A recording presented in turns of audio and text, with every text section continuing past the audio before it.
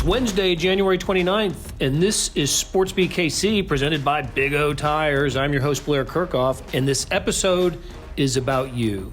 Well, you and Chief CEO Clark Hunt. Let me explain. We lead off the show responding to questions submitted to KCQ. Herbie Teope, Sam McDowell, and Vahe Gregorian do their best to answer queries about the Super Bowl, Patrick Mahomes, and all things Chiefs. After a break, we'll run our entire interview with Chief CEO Clark Hunt. He met with a handful of reporters on Tuesday and fielded questions about the team, Tyreek Hill, Brett Veach, Andy Reid, Kareem Hunt, and Eric Bieniemy, among other topics.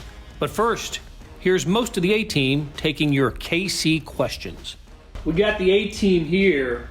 We got Sam McDowell, Herbie Teope, Vahe Gregorian. Sam Mellinger would be here, but he's out getting provisions for us tonight. So we decided to carry on without him. And, gentlemen, this is called KCQ. KCQ had a different meaning to me until we started running answers to questions in the newspaper. My idea of KCQ before this was we're the best barbecue joint in Kansas City. Yeah, that was my first thought. What's your KCQ? You mean in the old meaning of the term? Yes, in the Joe's. I go to Char Bar a lot. I really like Char Bar. I am persuaded that Q39. I feel like there's 8 that are wonderful, right? Yeah. I mean, There's 8 that would be the best here in Miami. yeah. Or anywhere really. Really. I don't mean to be so fickle. What do you? I'll tell you what. I kind of like the one place that I think is a bridge from the old school to the new school, and that's Jack Stack. Yeah. I think Jack Stack has a foot in the past and a foot in the future. Jack Stack is in like everybody's top 5. I feel like. Yeah. I don't know how many people have it number 1, but like almost everybody has it in their top 5. But I feel like to make that transition on the bridge, we do have to acknowledge the bridge of Gates and Bryant's. Absolutely. For sure. I mean, and they are right in there with anything I like to have. Herbie, you've been very quiet. Zardas. Okay. Listen, I'm with you. I'm with you on Zarda. I think it's underrated. They've really come up big in the last couple of years. Their burn ends, I think, are as good as any in town. They actually beat Jack Stack last year for best burnt ends. That's Zardas. I like Zardas. Speaking of coming up big, I don't want to give the others any inferiority complex, but Zardas comes up big to St. Joseph. Yes. Yeah. Oh my God. That's when I started falling in love with them. When they were out there catering training camp, I was like, wow. Okay. So that's the KCQ that we're most familiar with. So we're done, right? Okay. This KCQ are questions that readers have sent to the Kansas City Star and Savannah Smith. And so she passed those along to me, and we're going to try to answer as many of them as we can tonight. We're in Miami at the Super Bowl. We figured what better time to answer some questions about the Super Bowl. So here's the first one, submitted by Anonymous. Do you think that Patrick Mahomes will be the Super Bowl MVP, and do you think that the Chiefs' defense will continue to play like it's been playing? Herbie? The MVP. I don't want to predict who will be the MVP because every year it's always someone that surprises. Julian Edelman last year. Put yourself the out MVP. there. Put myself out there? I'm going to say no. I'm going to say the MVP is probably going to come on defense. Because I think the Chiefs have to have a good defensive showing to stop the 49ers run game. So I'm going to say that the MVP will come on defense. Like maybe a Tyrann Mathieu. With a pick 6. Tyrann Mathieu with a pick 6 off of Jimmy Garoppolo to seal the game. Bingo, there it is. Or if you want to really think this through, Dee Ford. Dee Ford. Ooh, wouldn't that be a... Can you imagine if Dee Ford story? has just some huge game in this game? Yep. 5 sacks. I could imagine. Strip sack. That would be problematic for the Kansas City fan. It would offset the thing I just wrote about him too. Let me put it to you in a different way. If I took Patrick Mahomes against the field, or if you took Patrick Mahomes or the field, what would you prefer? Well, Mahomes is 1-1 right now in Vegas, so that basically that's what it is. It's your bet. Mahomes or the field. Would you take the field or Mahomes? It's kind of interesting because the Chiefs are barely favored in this game by more than that. So basically, what they're saying is, if the Chiefs win, it's going to be because of Patrick Mahomes, and he's going to win MVP. And that's why I think the answer to that is yes. It's because I think the Chiefs are going to win. And if you think the Chiefs are going to win, I mean, what is it, 90% chance, I think, that Patrick Mahomes is going to be the MVP of this game? If they're going to win, it's because Patrick Mahomes had a good game. For sure. And I like your logic and your reasoning, and I'm with you on that. That would be my pick. I would take Patrick Mahomes against the field. In a related question, what will the least amount of points will the Chiefs need to score to win the game on Sunday? What's sort of a bottom out point total for the Chiefs against the 49ers? I feel like high 20s. I feel like 27-ish. I think the 49ers are going to get some points. So we can go back to the question about how the defense will play, but I'd be surprised if the 49ers are held under 20. Just gut. It kind of goes back to, last year they never scored fewer than 26, right? Mm-hmm. And they were 12-4, but they fell under that this year a few times, right? The loss to the Colts. Yeah. The loss to, I forgot what the Texans, it was 31-24, I think, the loss to the Texans. That was, yeah. And the offense just didn't have the same numbers, great numbers, top 5 in the NFL in most categories. But I'm with you on this, Vahe. I've been saying all along, a game in the 30s favors the Chiefs. I think anything below that favors the 49ers. They've won some games this year, though, when we're being under that 26 mark. They have. They beat the Broncos 23-3 or something? 16 or so. They won 2 or 3 games in a row. Later in the season, there were a couple. Yeah. They were scoring fewer than 28 points. It'd be great if we'd researched this beforehand. But I think they can hold the 49ers to 20. Okay. All right, our next question. Is it possible that the Chiefs or Travis Kelce will owe the Beastie Boys any royalty copyright fees submitted by Jeff Hess?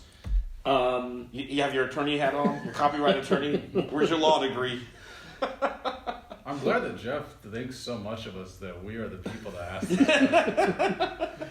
It was quite a moment at the end of the. It was the moment. Right, you wrote about it, Sam, didn't you? Yeah, I first of all, the main reason I wrote about it is because I could not stop watching the clip on the loop.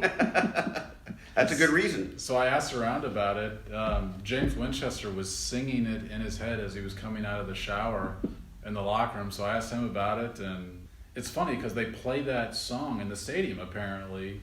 Which means throughout the game, and all the players get it stuck in their head, and that's where that came from. And whenever the NFL, any venue plays music, they have rights to it. So I don't think that they're going to be owing the Beastie Boys any royalty fees because unless it gets a print on a T-shirt. Because the Beastie Boys already gave them permission to play that at the stadium. Correct. Right. Just one quick aside to go back to, since we have in front of us, we all were sort of thinking this way, but to clarify it, that 6-game regular season winning streak the Chiefs ended the regular season with, 4 of those games they scored under 27 in victories. 24-17 over the Chargers, 23-16 over the Patriots, 23-3 over the Broncos, 26-3 over the Bears. And they're facing a great defense, maybe the best defense they've seen all year with the Niners. So they've actually allowed fewer points this season than the 49ers have. And the 49ers have actually scored more points than the Chiefs this year, which is really interesting. Okay, let's go to the next one here. Richard Demarest wants to know if the Chiefs will return to St. Joe for training camp in 2020. What's the timetable for the decision for that? Because didn't they announce it last?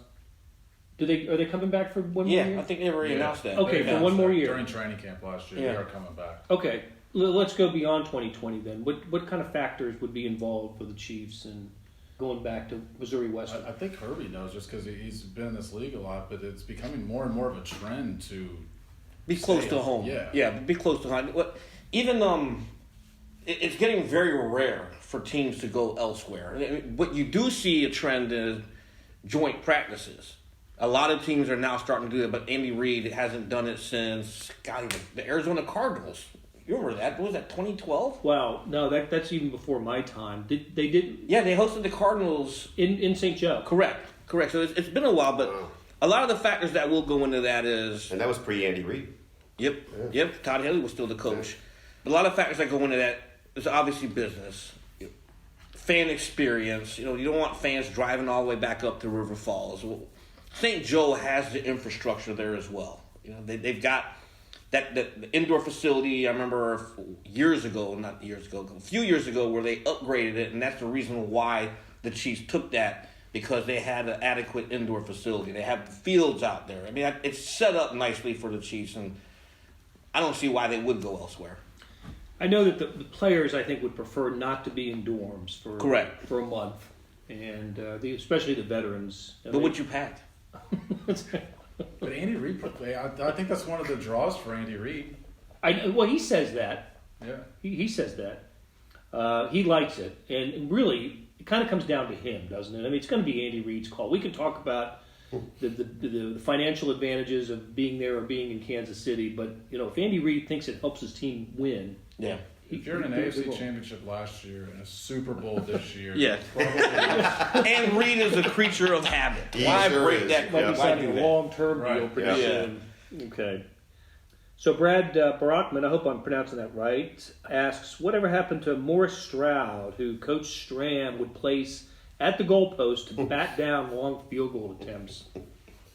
Well, what happened to him was he passed away in 2016, but he was a unique person and a really different sort of guy. He was 6'10", and went to Clark University in Atlanta, and was one of those finds by Lamar Hunt and Lloyd Wells. Yes, the scout. Lloyd Wells, the scout. So he was at the time the second tallest player in the NFL. He may be still one of the tallest players ever to play in the NFL, but that's exactly right. Hank Stram would put him at the back then the goalpost was at the end zone. That's right. And you could goaltend basically. And the NFL put in a rule, the Stroud rule, that took goaltending out of play. I didn't realize that part. So that's why there's no more 6'10" guys. Right, jumping to knock down field goal attempts. Wow. Okay. Hey, Devin wants to know what is going on with LeSean McCoy. We've been asking that question for a few weeks. Load management. Yes. He did say last night that he was battling the flu last week. Is that right? Yeah, during the AFC Championship practice week that he was battling the flu. McCoy said that? Yeah, he told I think it was the Philadelphia Daily News also that he plans on retiring an Eagle whenever that time does come. He's enjoyed his time here because they've got him to the Super Bowl. And again, I'm crediting that report because I wasn't there for this, but he's enjoyed his time here because they've got him to the Super Bowl. He's never been this far, but he still considers himself, obviously, he's from nearby in Philadelphia, and he played for the Eagles. That's where he had his best years. I mean, to answer that question, father time is what's happening to LeSean McCoy right now, I think. I'm going to say it's load management. You say it's father time, I'm saying it's load management. Sticking with load management? I'm sticking with it. Well, saving him for the second half of the Super Bowl. I love how the room quieted for me to say well, and then I had nothing. Well, you did that to me, Herbie. You've been quiet over there. Zardas. Well, look, I think you guys. That was an Eric Bieniemy like setup. Waiting on something good. Look, I think you guys are all over it. I mean, I think that the thing, Andy. My belief is that Andy has kept referring to it as load management. He's not getting any younger, but basically just to save face for LeSean. I think at some point it seems clear he must have fallen out of favor in some way. Now, in part, that's because Damian Williams is back, and Damian Williams is a pretty good postseason player, a pretty good player. And I think maybe, remember we saw quite a burst out of McCoy early in the season, but I don't know if he had that burst as the season went. So you can characterize it any number of ways, but I think Andy cares about him. He's trying to let him keep his dignity. He's not going to say he just doesn't have it anymore, but I think there's a little element of that. I would agree. This isn't one of the KCQs, but I'm gonna throw one on Herbie. You always predict the inactives on Sunday, and I think that's gonna be one of your hardest predictions. But no. I predicted LeSean McCoy last week. Remember? Yeah, you did. That's gonna be one of your hardest ones, I think, on Sunday. Though, is LeSean McCoy gonna dress?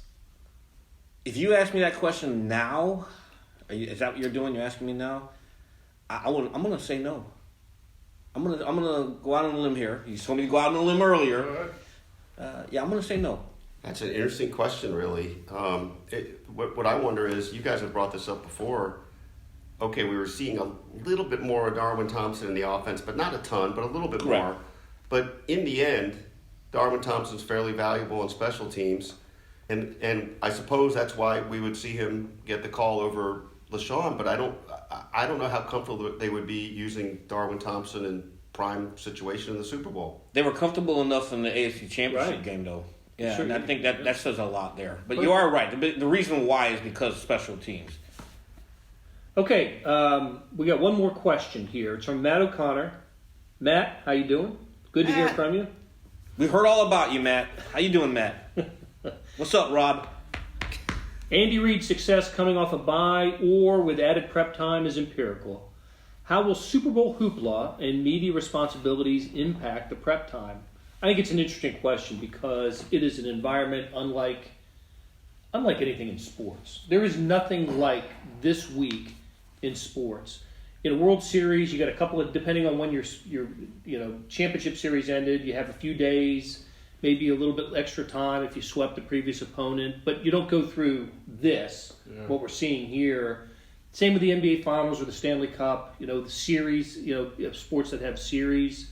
This is just different. And you do have to handle the distractions and all the media obligations. And we learned last week, didn't we, that Andy Reid took care of some of this stuff last week. I mean, when he said on Friday, I think it was on Friday, he said he had the game plan in. On Friday. 100%, almost 100%. In anticipation of all that has to be dealt with once you get down here. I think one of the more interesting things, because as you guys know, I wrote a story on how he handled things with former Eagles players, how they handled that Super Bowl run.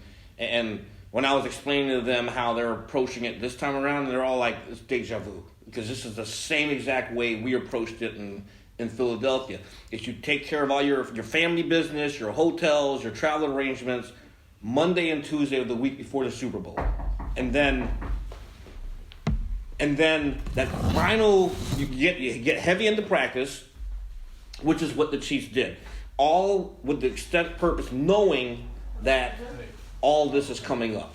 So the players are already wired right now to know that we're going to have all these media stuff going on, but we're going to be prepared long before we get to to Miami. And I think that's what they've done. One thing that stands out to me, and you probably alluded to it in as many words, Herbie, but I think the real heavy load of dealing with this, in a sense, is almost behind them, right? It's that big swing between the opening night media thing last night as we record this on Tuesday evening, if that's when we're recording. It is when we're recording. We are transparent in our recording. All right. You are listening to this on I actually Wednesday. really didn't know. We're live. I lose track of days myself. But so that swing between going kind of late last night and relatively early today, I assume that they now feel a little more sense of freedom. They have a couple more obligations tomorrow and Thursday, but those are early obligations. Correct. In their usual preparations, this is not a usual week, but Tuesday is a player's day off and things like that. So, I mean, there's some of the rhythm slightly maybe is retained a little bit where they exert their control when they need to. I do feel like Andy's previous experience with this is a help. Doesn't guarantee anything, but I do think as the creature of habit that we know him to be, having a underpinning of what it will feel like to be here really makes a difference for him. For instance, he was, I thought, quite comfortable last night. He just made a determination he was going to go kind of roll with it and enjoy the nonsense of the opening night media, silliness, and he just played along with everything. I thought it was good on him and good for him. The one thing that jumps out to me the most about Super Bowl week, from talking to former Eagles tight end L.J. Smith. L.J. Smith says the message that was impressed upon them before they went to the Super Bowl was, your family is still going to be there after the game. They're there the minute you land. Go ahead and spend some time with them, but as the week progresses, now it's time for you as a football player to lock in yourself, and your next focus by Wednesday through Sunday is the game. What also helps Coach Reid right now is not only does he have the experience of being on that last Super Bowl run, his staff does too. Tommy Melvin, Spagnuolo, Greg Lewis, who played on that Super Bowl team. So everything that Reid is saying, everything that these former Eagles players have told me, I bet this is his message. It's all what we've heard over the last week and a half. All right, good questions. Thanks for submitting them and for KCQ, and I hope you got our barbecue tips as well. Hey, when we come back, we're going to hear from Chiefs CEO Clark Hunt, who met with a handful of reporters, including everybody in this room, and Sam Mellinger earlier today. And you're going to hear the entirety of that interview. We don't get to talk to Clark that often, so when we do, we think you should hear it all. Did anything he say strike you guys? What was from the interview this morning? I know it's so long ago. There were a number of things that I thought he spoke to well. Interestingly enough, to me, the thing that stood out to me the most almost was he had an interestingly detailed answer for a Sam McDowell question about Brett Veach's sort of evolution in the job, and thank you, Sam, for asking that. It will help with a Brett Veach story somebody else might be writing. But I thought he was really engaged. I enjoyed how he looked at things and talked a little bit about his father. Talked a little bit about Herbie. You were asking him, I think, about some international things coming up. How the NFL is viewing that. And Blair, I know you asked him a thing or two. Yeah, I just wanted to know. One of the big curiosities that I have about the whole Super Bowl experience is the 50-year void for the Chiefs, and just the sort of the deep meaning of what it of this. And I just wanted to know who he had heard from, and some of the just some of the old Chiefs, or even old. And one thing he did say that I thought was interesting was it wasn't just old players, but people who used to work in the organization, employees, administrators. He's have reached out to him just to. I think they just all want to feel a part of it. Yeah, to me, the one of the bigger things that came up was the CBA. Mm-hmm. And he expressed some optimism that they're further along than they were. Herbie, help me out. 2011, 2012. Okay. Yeah. And it's obviously going to expire after next season, so that they've got some time here. And he did mention that, hey, usually things, when you feel the pressure of a deadline, start to progress a little bit more. But he feels like they're further down the road. And when you think of NFL ownership, obviously you think of the Robert Kraft and Jerry Jones of the world. But Clark Hunt's been around for a while, and that family has a voice in that room. Yeah. And so for him to express optimism, but he also pointed at some things that we've been hearing a lot that he answered, I thought, pretty candidly, that he feels like a 17-game schedule is very much going to be on the table, taking away some preseason games to compensate for that. So that really stood out to me. There are two things that really stood out to me. Within that same line of thinking about the CBA, I specifically asked him, is this going to affect how you tackle Patrick Mahomes' potential contract extension? Because Mahomes is in that now the final year of his rookie contract. He's eligible to be extended. Most teams will take a look at that. Well, this is uncertainty about the CBA. Do we want to do a contract now? And players too. Yeah. Players think of that too. And Hunt was very candid about that. There is stuff that might affect the business side, but when it comes to the football side, they're going to try not to let that happen. But he also said something to the effect of they do want to get something done with Mahomes. It may not happen sooner. Yeah, he did express a lot of urgency, though. Correct. Because, how about that 12 to 15 month thing? That surprised me. Which, of course, is 12 months from now, the CBA's expired. So, we'll see what happens. But the fact that he mentioned 12 to 15 months, to me, sort of hinted that this might not be super, super close to happening this offseason. Yeah. Because, the big date to circle right now is March. The end of March, the league's annual meeting, where a lot of the CBA stuff is going to be discussed and on the table. And usually around the summertime is when we're going to start hearing how close are they and how far apart are they. And that's a good thing to point out in this whole discussion is that he did say it's been a bit since these owners met. Correct. And it's going to be March is the next time that they will be meeting at some ownership meeting. Yep. All right, so next week, after the Super Bowl, I think we'll have a discussion about the future of Mahomes and some other players that they're going to talk about. So let's take a break. We'll have a couple of ads right here, and when we come back, you will hear from Clark Hunt. If your steering wheel has more traction than your actual tires, that's a big O no. Thankfully, for all your car's big O no's, there's always a big O yes. Now through February 2nd, buy 3, get 1 free on select sets of 4 Aspen Touring AS or Mesa AP2 brand tires with paid installation purchase. Big O Tires, the team you trust. Disposal fees extra and up to 10% shop fee based on non-discounted regular retail price not to exceed $35 where permitted. See store for pricing. Eligibility may vary. Not valid with other offers at participating locations. No cash value. Hey, it's Blair. Hey, we have a special subscription offer for SportsBeat KC listeners unlimited digital access to the Kansas City Star's award-winning sports coverage. Sign up now for 1 year of Sports Pass for access to all the sports news, features, and columns we have to offer. And it's only $30. That's a 40% savings off our regular rate. For your convenience, your subscription will automatically renew after the initial term at $50 unless you tell us to cancel. A lot of subscription services won't tell you that. They'll just sneak it on there. We just told you. Your subscription helps support the sports coverage of kansascity.com and the Kansas City Star. Please visit kansascity.com/SportsBeatKC offer to get this special offer. And as always, thanks for listening. I don't think I've ever heard you ask this. You probably have been at some point, but what do you feel like is an owner's sort of job description or responsibility of running? Like, what is your job as the chairman? Easy one to start. Yeah, exactly. How about stay out of the way? I think my job is to get everybody to work together, and that's not only on the football side, but also on the business side, to make sure the football and the business side work well together. Yeah. I remember that training camp, Clark.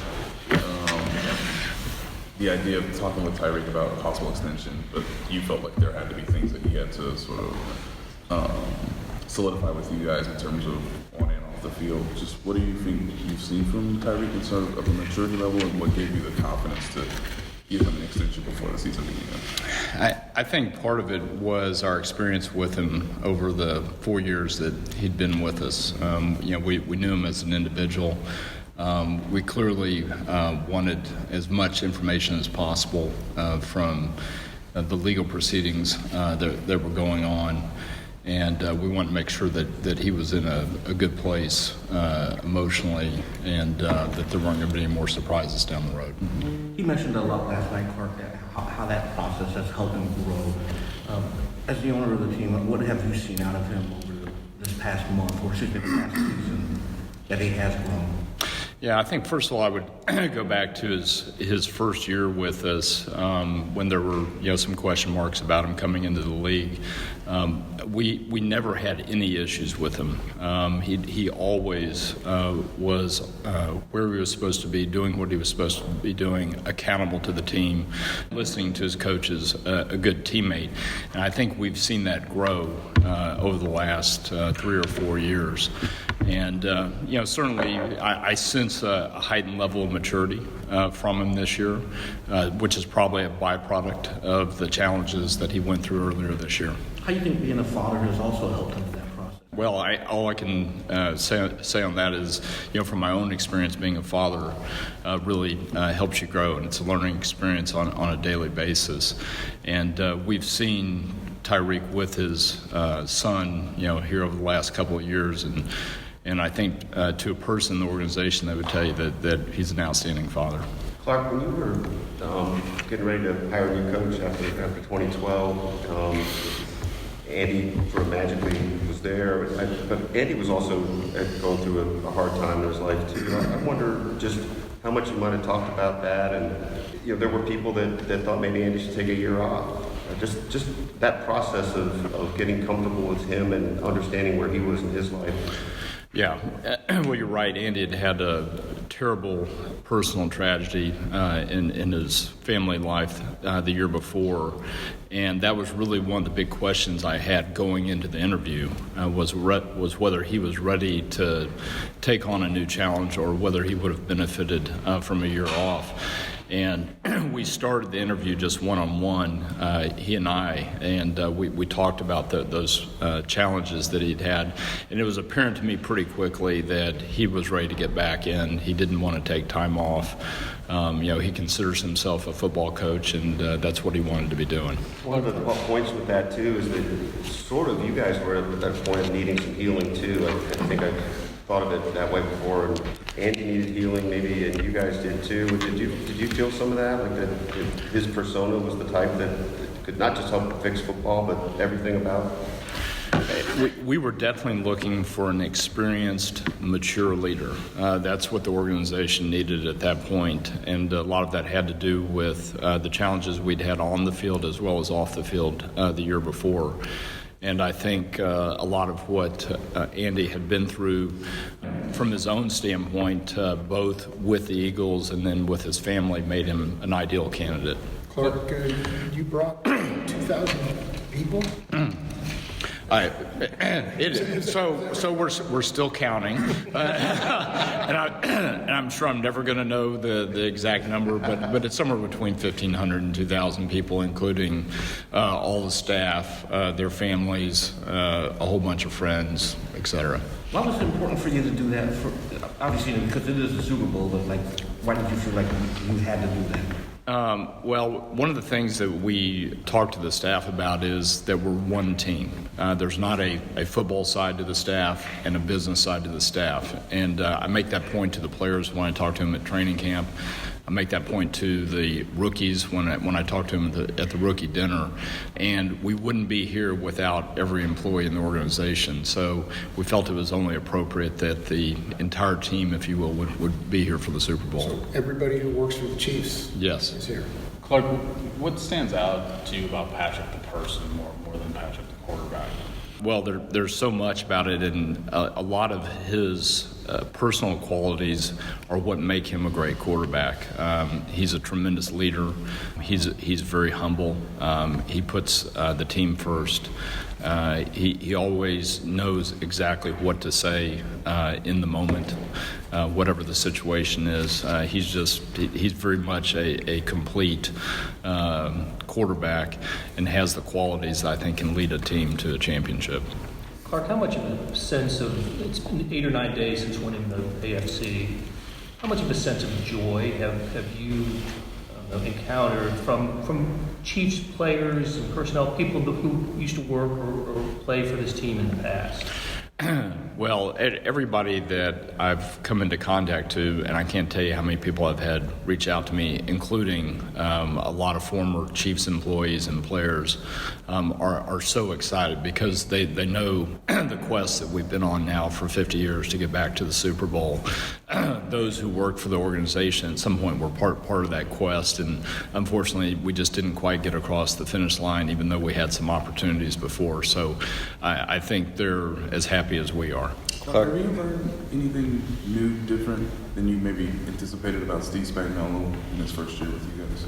Well, I've learned a lot about Steve because he was not somebody that I had met before, really known. I think it's pretty clear now he's an outstanding defensive coordinator, and the job that he's done turning around our defense has been tremendous. I think it was one of the question marks going into the season is, could you really make the changes we were making and be competitive in that first year, and he's done an outstanding job there.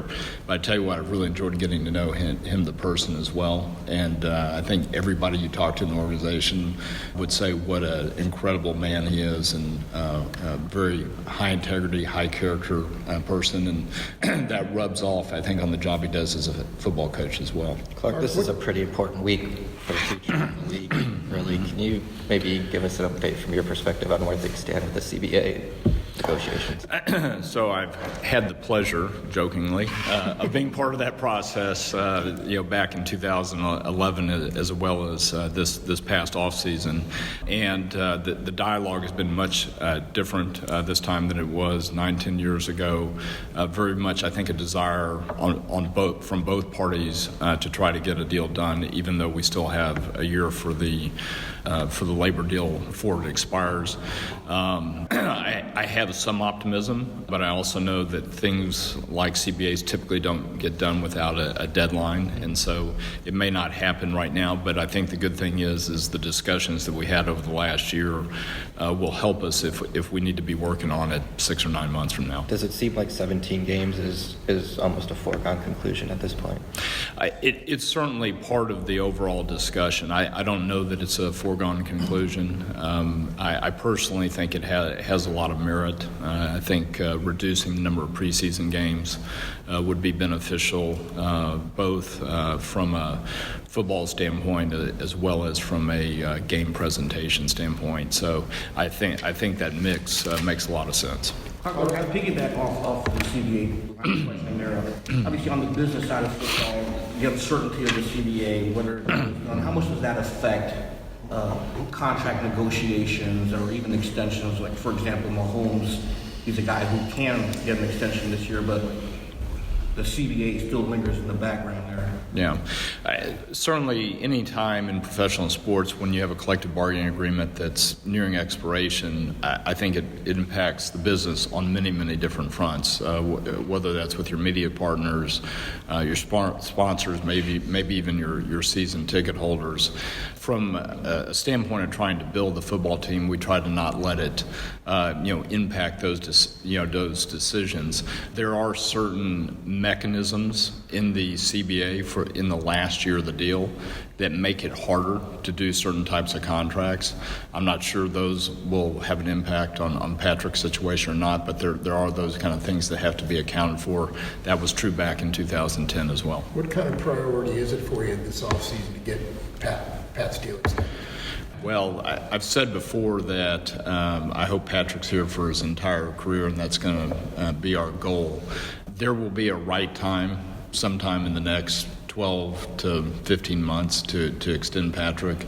And when I say right time, it'll be right time for both the player and the club. And I don't want to say it necessarily has to be this off season, but I will say that it's a priority to get him done. How have you? Oh, go ahead, Matt. Sorry. Even before this trip to the Super Bowl, Patrick already had the #1 selling jersey. But with this run, do you have a sense of just the business impact this is going to have on the team, whether it's season ticket sales, whether it's expanding the fan base? I think when you have a chance to compete for championships and play in the Super Bowl, it's a tremendous opportunity to grow your brand, both on a national basis and now internationally. One of the things that struck me from media night last night is I almost had more Mexican-based reporters trying to interview me as domestic. And that was something that I really didn't anticipate. And it was clearly a byproduct of the fact that we had played in Mexico, and also the fact that Patrick Mahomes is our quarterback. There's a lot of excitement for Patrick in Mexico now. And so I think when you have a player like him and you're playing in high-profile games, it definitely grows the business from every metric. Clark, since your team won the trophy with your father's name on it, I wonder if you've reflected any differently on your father, or what sort of thoughts you had about him in these last 8, 9, 10 days. And then one quick question after that. So in the run-up to that game, I thought about him. During the game, I thought about him. Certainly when they handed the trophy to us, I thought about him. When my mom kissed the trophy, I thought a whole lot about him. When I looked out at the fans in Arrowhead and saw them, I thought about him. And then in this week, it's really sort of shifted to his many ties to the Super Bowl. We wouldn't have a Super Bowl or something called a Super Bowl without my dad, and he would so be enjoying this week. And I know when we get to the game, it'll be very emotional for my entire family. And which child, who was it that supposedly had the Super Bowl? So my mother, for Christmas of 1965, bought 3 Super Bowls for my older brother Lamar, Sharon, as well as myself. Now, I was 1 year old at the time, approximately, so I'm not sure. I think I've joked that I was gumming it. I don't know if I actually was doing it, but I definitely wasn't bouncing it around the house. I may have been chasing it on the ground, crawling it, but who knows. But my older brother and sister were bouncing them all around the house, and I think that stuck in my dad's mind. Did you ever find the picture of you from Super Bowl IV? I did. I did. What I'm doing, I'm sitting in the stands next to my dad. It looks like I'm focusing intently on the game. So much of this discussion this week will be about Andy Reid and sort of the completion of his legacy if he wins the Super Bowl. You reaching out to him obviously reaching out to you, what would it mean if that were to occur, if you guys were to sort of cross the finish line together?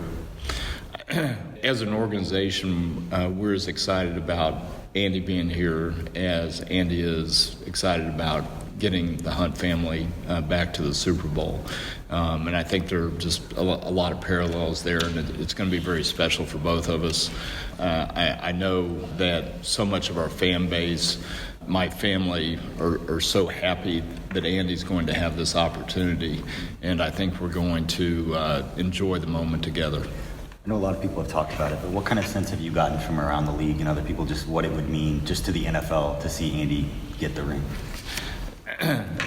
Andy's a unique individual in the context of the National Football League, that he has so many friends, so many people who pull for him, and that's not just people who were associated with the Eagles organization. I think it's a lot of coaches and teams that he competed against just because he's so well respected. And I just seeing the outpouring of love that I've seen, for him having this opportunity speaks volumes to the kind of person he is. This is an impression party everywhere I said I could. The success of the team, and because of Patrick, there seems to be this exponential growth and interest beyond the region. It's almost become an international appeal and love for this team. What have you noticed about that, and where it goes from here, possibly? I mentioned earlier that one of the byproducts of having a player like Patrick Mahomes and getting to compete in championships is the ability to grow your brand. And I think, whether that's in Mexico or whether that's in the United Kingdom or Germany, and I picked those markets. We've played in two of them, and we have a relationship with Bayern Munich, and I've spent a lot of time talking to them over the last 12 to 15 months, and the interest in the Chiefs and Patrick Mahomes is tremendous. I think it'll give us a platform going forward to grow our brand internationally, perhaps play again internationally. I think the league will want to showcase the Chiefs and Patrick Mahomes, and there'll be a lot of interest in them. As a follow-up, Clark, do you anticipate an international game next year? I don't, but I was wrong about that last year. So, and I'll point out I'm no longer chairman of the International Committee, so I don't have an inside track on that anymore. But I do just to follow up on that, I do think that the league, as soon as it works out from the schedule-wise, would like to feature the Chiefs internationally. I know we talked about this after you guys won the division, and you felt that it was going to happen this offseason for Eric Bieniemy. Obviously, that wasn't the case. Just what has the discussion been like around the league in terms of the Rooney Rule, maybe changing it or developing it over time, and just what was your overall just viewpoint of watching Eric interview for jobs, but unfortunately not get hired this year? Yeah, so I was very disappointed for Eric. From a Chiefs perspective, of course, we're delighted that he's going to be back, and delighted that he's going to be leading our offense on Sunday as well. From a league standpoint, we've not been together since the hiring cycle. The first time we're together will be in March, and I know that'll be a topic of discussion. Clark, have you had a chance to watch the video with Kareem, and any thoughts on that, and any contact you've had with him since he left the club? I've not had any contact with him since he left the club, and I wonder, which video are you referring to? The one that came out yesterday from the traffic stop. Okay, I've only read about that, so I've not seen the video, so I probably can't comment on it. How would you just evaluate Brett Veach's role in the roster that he's constructed to get you guys here? I think it'll be one of the storylines that probably doesn't receive enough coverage, because the focus is going to be on Andy and the job that he's done with the team over the last 7 years. Andy is definitely very deserving, but Brett has been a big part of it, not only in the last 2.5 years where he's been our general manager, but even before that, when he was one of the top personnel executives. He had a big impact on the decision-making in terms of the players that were selected in the draft. He's extremely close to Andy, and has always been willing to give Andy some thoughts about, hey, here's some players that we ought to look at. So he has done a tremendous job, and I think if you wanted to highlight one thing this year, it would be the turnaround on defense. And when he came to me and said, here are the 10 things we're going to do to try to improve ourselves from a personnel standpoint on defense, I was like, wow, that is a lot of change. And then getting that right, getting those players to fit together, getting them to work in the scheme with the new coaching staff, that was a heavy lift, but he did a magnificent job. That'll do it for today from the Super Bowl in Miami. Thanks to Savannah Smith for organizing the KCQ and to Randy Mason and Derek Donovan for producing today's episode. We'll be back on Thursday with another episode of SportsBeat KC, where we talk sports in Kansas City every day.